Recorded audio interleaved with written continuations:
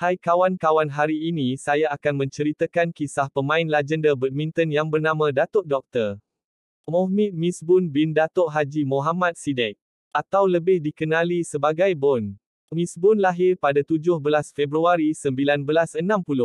Misbun merupakan bekas pemain badminton profesional Malaysia. Beliau merupakan anak sulung dari 5 Sidek bersaudara yang terkenal. Visi Allahyarham Datuk Mohammad Sidek Abdullah Kamal untuk melihat anak-anaknya menjadi jagoan badminton bermula dengan anak lelaki pertamanya, Misbun sebagai eksperimen. 4. Ketika usianya mencecah 7 tahun iaitu pada 1967, Misbun sudah mula dilatih secara serius oleh bapanya di gelanggang badminton yang terletak bersebelahan rumah mereka di Kampung Kancung Darat, Banting, Selangor. 2 tahun kemudian, rutin sama turut dilalui adiknya, Razif dan jalani setahun kemudian.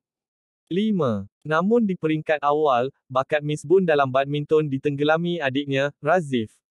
Razif atau dikenali sebagai Ajib di kalangan adik-beradik, lebih berdisiplin dan jarang ponteng latihan, berbanding Misbun dan jalani yang lebih nakal.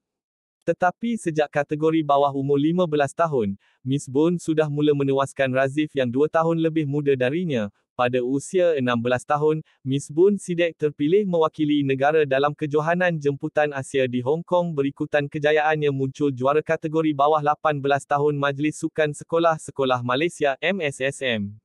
Selain kejohanan itu, anak sulung daripada 5 itu juga terpilih ke Terbuka Australia atau lebih dikenali dengan nama Silver Bolt.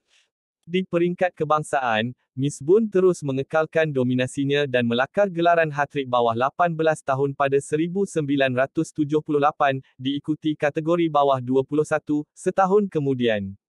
Pada 11 November 1976, Stadium Negara bergema menandakan dominasi keluarga Sidek bermula.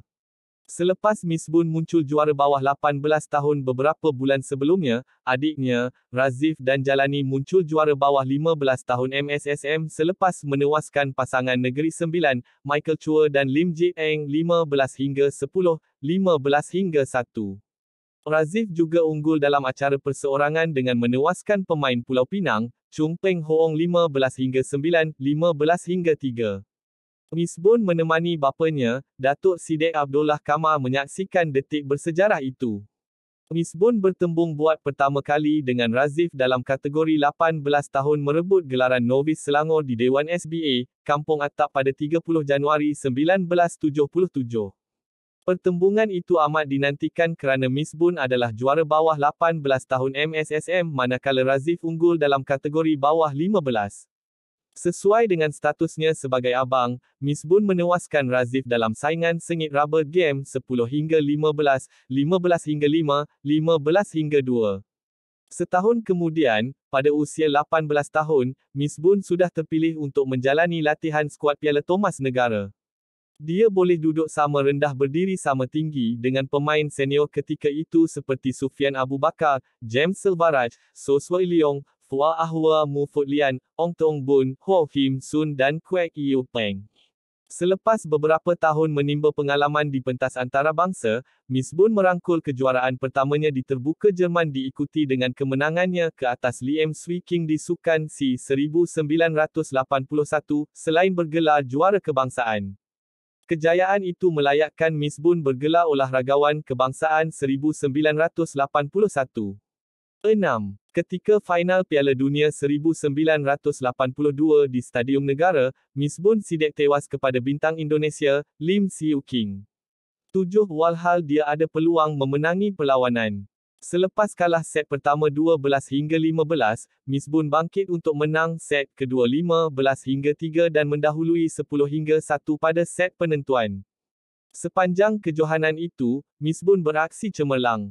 8 dalam laluannya hingga ke final, dia menundukkan pemain terkemuka seperti Louis Pongoh dari Indonesia, Morten Frost Hansen, Denmark, 9, dan Prakash Padukone, India. 10 pada awal September 1982, ketika persiapan menghadapi Sukan Commonwealth dan Asia, Misbun tiba-tiba mengejutkan Pegawai Persatuan Badminton Malaysia, BAM dan peminat apabila meninggalkan muncul naik bersambung 4-2.